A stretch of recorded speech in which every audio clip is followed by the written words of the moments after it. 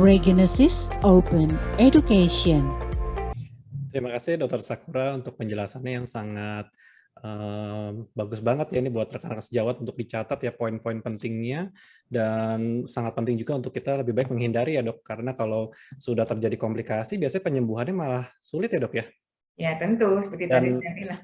Dan memang kalau dari pengalaman dokter, saya izin pengen tanya-tanya sedikit dok sebelum kita masuk ke diskusi. Sebagian besar yang dirujuk ke dokter, komplikasi seperti yang dokter sampaikan tadi, akhirnya apakah tetap berbekas atau sembuh sempurna atau bagaimana dok? Ya, dengan sedih kami katakan bahwa bekasnya tetap ada. Dan kita edukasi pasiennya supaya dia bisa menerima. Tetapi karena treatmentnya sesuai dengan SOP dan kondisi pasiennya juga kita pelajari betul-betul, maka bekas yang ada kita minimalisir. Dan saat ini beruntung ya, banyak sekali modalitas untuk mengurangi scar, minimal samar ya. Kalau kebetulan dekat dengan kulit yang tepi-tepinya bisa kita tarik, itu bisa hilang. Tapi kalau di tengah-tengah seperti tadi, mau ditarik kemana? Satu-satunya ya harus edukasi. Dan kami juga tidak lupa untuk memberi edukasi pada pasien untuk tidak terlalu menjudge ya pas dokter sebelumnya. Karena itu bisa terjadi pada semua orang gitu sebetulnya. Dokter yang jam terbang tinggi pun bisa saja mislek ya. Mungkin karena kondisi yang tidak diperhitungkan itu juga bisa terjadi. Tapi kalau tidak diperhitungkan ya lebih salah lagi.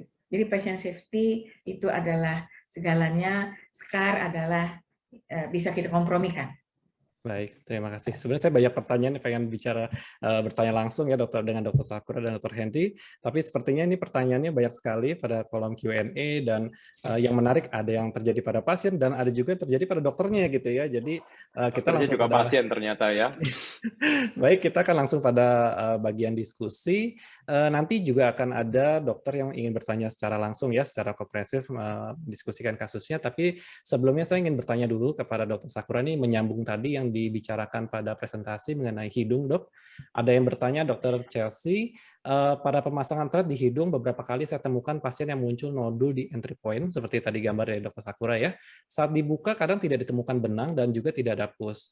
Apakah termasuk infeksi atau memang dapat terjadi pada pasien-pasien tertentu, dan bagaimana penanganan pada kasus ini? Dikasih notes bahwa paling sering benang dengan bahan PCL dan PLLE. Terima kasih.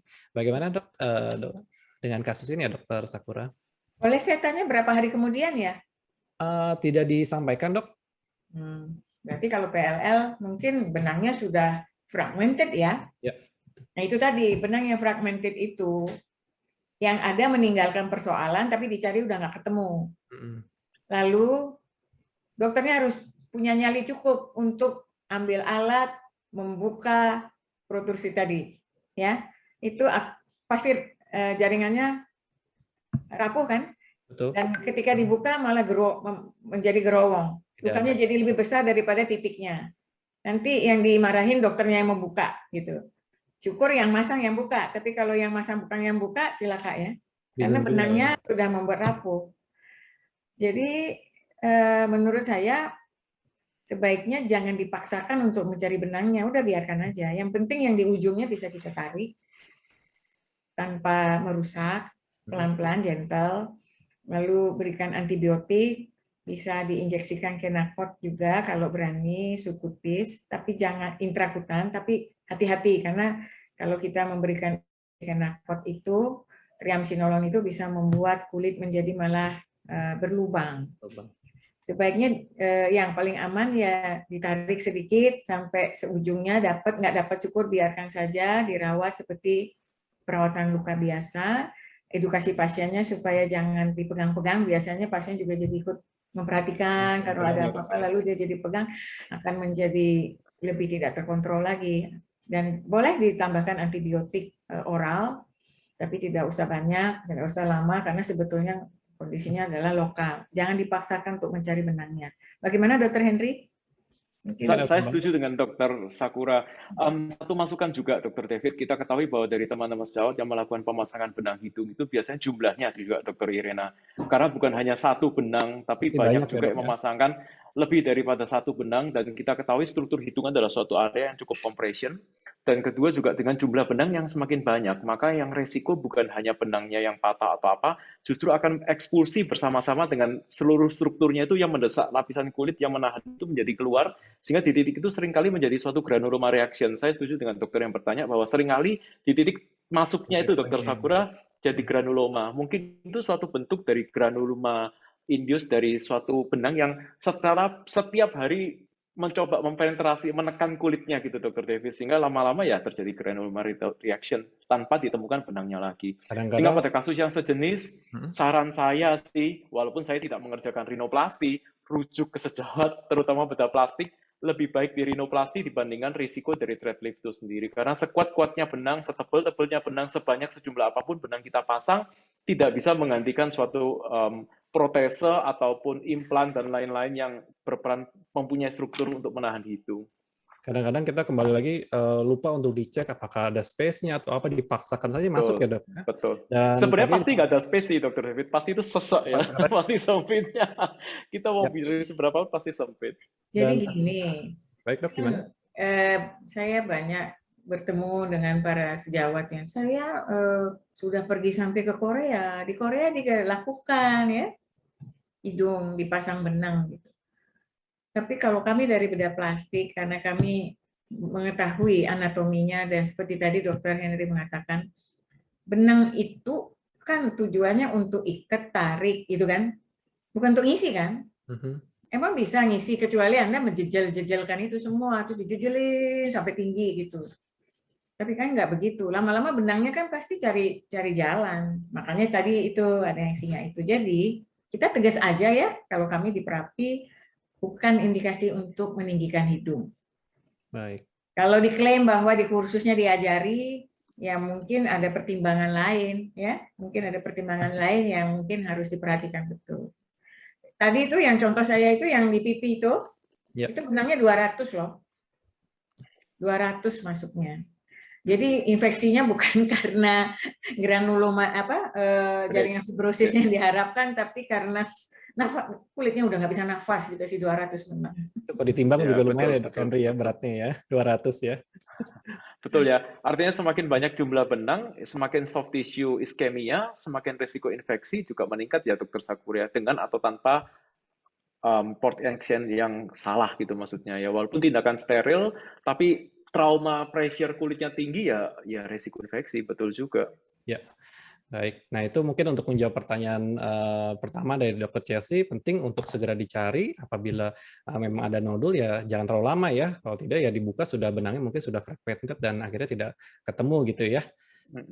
Oke, nah saya sekarang sudah bergabung bersama kita ada Dr. Maya, jadi Dr. Maya ingin bertanya secara interaktif mungkin untuk kasusnya ya. Halo, selamat sore Dr. Maya. Sore. Selamat sore, silakan Dok. Sore, salam kenal Dok. Ya, salam kenal Dokter Henry dan Dokter Irin. Dok, ini saya mau bertanya. Saya kan memasang benang beberapa waktu lalu ke pasien. Areanya micik untuk ikut lift, menaikkan smiling line karena kebetulan smiling line pasien cukup tampak. Nah, waktu pemasangan itu pasien memang sempat mengeluh nyeri. Cuman nyeri di sebelah kanan saja, kiri tidak terlalu. Tapi saya pikir kan rata-rata memang ada nyeri biasanya sesudah pemasangan benang. Nah, cuman ternyata nyerinya itu menurut pasien cukup berat, ya masih berlanjut Dok sampai hari ke-10. Nah, ini kira-kira apakah penyebabnya itu karena infeksi atau karena apa ya Dok gitu. Jadi kalau menurut pasien, sesudah pemasangan lift itu, pasien itu ngangkat beban Dok, beban berat, karena memang pekerjaannya itu di MRI, ngangkat koil katanya. Koil MRI itu cukup berat. Dan masih berlangsung Dok, sampai akhir bulan ini katanya masih akan seperti itu. Jadi rasa nyerinya tuh cukup mengganggu, katanya kalau di ini kan mungkin di level 8, nyerinya di area sisi kanan. Nah, kalau kita lihat di pemeriksaan itu tidak tampak kayak bengkak atau lesi, itu nggak ada Dok gitu. Jadi penanganannya seperti apa ya Dok kok kayak begitu gitu?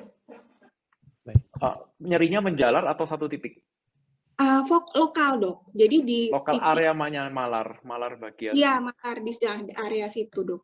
Oke. Bukan di entry point ya Dokter Maya ya, tapi di bagian malarnya aja ya. Kalau entry point itu awalnya rasanya perih, Dok. Mungkin Oke. perih ya masuk di situ. Cuman yang berasa sekali itu kalau misalnya pasien itu bicara. Kalau pasien bicara atau misalnya saya tekan area itu malar itu cukup perih, cukup sakit katanya. Berarti nyeri pada saat movement ya Dok ya? Saat bicara Iya. aja? Seperti itu, Dok. Mungkin Dokter Sakura Dok ada tanggapan Dok? Kasihan ya pasiennya cukup menderita karena fase-nya sampai 8 ya. Dari 1 ke 10 tuh 8 tuh berarti Lumayan tinggi. mau bergerak setiap ngomong juga sakit, makan sakit. Kriminal ya. Kasihan pasiennya. Itu sakit loh. Jadi kita juga mau nolongnya seperti apa. Sudah dikasih obat-obatan apa saja, Dok? Iya, jadi seminggu yang lalu saya berikan Cefadroxil, kemudian Mevinal, kemudian Medixon, Dok. Tapi kalau menurut pasien tetap nyeri gitu loh. Nggak hilang sama sekali ya? Tidak gitu. Berarti kan saya masih nyeri. Gimana? Iya, hari ini masuk hari ke-11 ya. Masih terasa kayak begitu katanya. Dari penampakan di luar bengkak nggak, Dok? Enggak, Dok. Jadi kalau dari luar itu nggak ada apa-apa. Nggak ada bengkak, tidak ada lesi.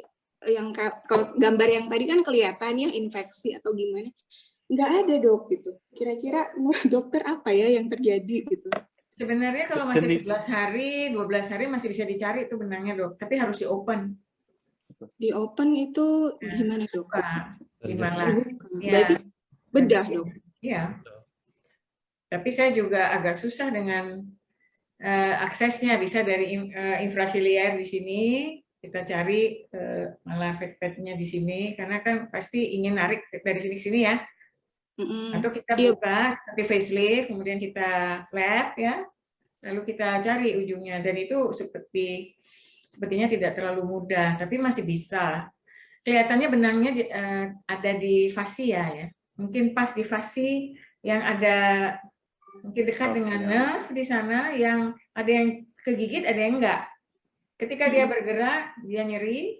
Ketika dia tidak bergerak, dia mungkin tidak menyenggol. Kalau untuk kasus seperti ini, apakah membantu Dok kalau misalkan kita coba raba dan masas untuk melepaskan anchor pada atau gigitan barb pada fascia itu menolong nggak sih Dok? Tergantung. Kalau entry point-nya masih bisa dilihat, kita bisa arahkan kan ya? Betul. Misalnya entry point-nya ada di sini, kira-kira kita tahu nge-track benangnya di sini, kita coba dorong. Tapi masalahnya barbnya kuat banget nggak gigitannya? Berapa banyak benang tuh Dokter Maya tuh dipasang? Ya. Nah ini. Mana, Dok? Berapa apa? Berapa benang yang kira-kira dipasang pada jenis area benangnya apa? Cuman satu, Dok. Pulingkop yang Blancanul waktu itu saya pasang. Blancanul satu. Ada pakai belang ya, Dok ya? Harusnya iya. Tidak trauma ya. Iya, Satu benang pada area itu ya, Dok ya? Iya, cuman satu benang, Dok, di kiri dan kanan. Oke. Dan pada penampakan entry dan sepanjang benang itu tidak ada tampak apapun ya, Dok ya? Paling di entry point-nya aja, Dok, kayak bekas luka gitu loh. Berarti masih terlihat di entry point masih ada jejasnya begitu ya? Iya.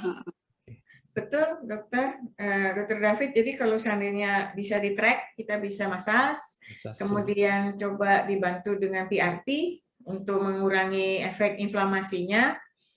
Jadi selain di napas juga masukkan di track itu, ya. Kemudian kita tunggu beberapa lama, mudah-mudahan benangnya resolve sehingga rasa nyerinya berkurang. Mungkin bisa diplester juga di atas benang track itu, diimobilisasi. Iya, biar tarik dengan atas. Ya, dengan steri strip yang ukurannya cukup kecil, ditempelkan rapat-rapat. Disarankan kalau kena air diganti. Kemudian biasanya kalau benar pemasangannya kena air pun nggak apa-apa sebetulnya, kena keringat pun dia nggak lepas. Untuk membantu supaya tidak banyak gerakan gesekan gitu. Tapi berapa lamanya ya tergantung dari sifat benangnya. Iya, Dok. Kalau pasiennya ini ada hubungan nggak, Dok? Misalnya apakah dia nggak boleh sebenarnya angkat berat atau gimana gitu setelah thread lift itu, Dok? begini, mungkin sebetulnya nggak ada yang salah sama threadlift-nya, tapi mungkin plane-nya, tahu plane-nya, lapisannya itu ya. nyebrang-nyebrang, nyenggol saraf gitu. Jadi mau nggak angkat berat juga tetap akan kejadian, Dok. Berarti kemungkinan nerve injury ya, Dok ya? Lah ya pastilah. Kalau rasa nyeri pasti nerve-nya, makanya tadi di komplikasi saya itu kan jadi hipersensitivitas ya. Iya. Biasanya itu kronis lama hilangnya. Jadi mesti disiapin mental pasiennya karena kita tunggu dia serap dulu, kemudian terjadi fibrosis dulu. Kalau berani memang sebaiknya di open, dicari, tapi saya tidak terlalu yakin bisa ketemu. Iya, Dok. Keburu jadi abon. Untuk agak susah, kasihan pasiennya. Tapi masih bisa sih kalau 11, ya jangan sampai lewat 3 minggu, kita masih bisa cari kok. Kita buka di sini, kira-kira entry point-nya di sini ya? Entry point-nya Iya, di mana? lebih ke atas ya? Di atas. Ini. Lebih Ya udah kita buka aja, terus kita cari. di dekat sejajar lateral kantus, Dok. Lateral kantus. Lateral kantus ini ya? Sejajar. Oh ya. Iya. Waduh.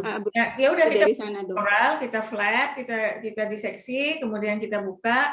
Semoga ketemu. Benangnya warnanya ada warnanya nggak? Apa bening? Biru, Dok. Apalagi biru, ada Biru. warnanya. Masih bisa dicari kok. Tapi BDO, ya Dok. harus komunikasi skill-nya nih ke pasiennya. Mau nggak dia dibuka? Atau sementara diimobilisasi dulu ya, Dokter Henry ya. Mungkin dari Dokter Henry ada ide untuk mengurangi rasa sakitnya aja dulu ya. Pengalaman kalau memang dari Dokter Maya pemasangannya yakin kanan kiri sesuai kedalaman, kepanjangannya, desainnya sesuai. Terkadang saya juga temukan variasi anatomi, Dokter Irena. Filler kanan, filler kiri, teknik sesuai semua, ternyata ada struktur yang berbeda di kanan dan di kirinya. Jadi mungkin ada bagian tertentu yang sisi kanan yang kecantol, salah satunya mungkin saraf. Sedapat mungkin ya imobilisasi tadi yang Dokter Irena bilang sambil menunggu harapan kalau nggak berhasil ini untuk ekstraksi juga ya menunggu supaya benangnya resolve. Berarti Iya, pakai Dokter Maya. itu 6 bulanan ya, Dok ya? Mungkin. Nah, Oke, sabar. Mungkin pertanyaan berikutnya mungkin Dokter David. Mesti ditenangkan Pertanyaan ya. berikutnya karena kita banyak nanti kita jawab Iya. sesuai dengan nanti karena pasti banyak pertanyaan mungkin ini. Iya, jadi Dokter Maya mungkin itu tips dari Dokter Sakura dan Dokter Henry bisa dicoba mungkin yang secara simple dulu ya dengan imobilisasi, dengan coba dimasas, barangkali resolve. Kalau tidak mungkin bisa merujuk pada rekan sejawat atau berkonsultasi gitu ya Dokter Maya ya. Ya, baik. Terima Baik. kasih, Dok. Terima kasih untuk pertanyaannya. Semoga cepat baik pasiennya Dok ya. Terima kasih. Regenesis Open Education.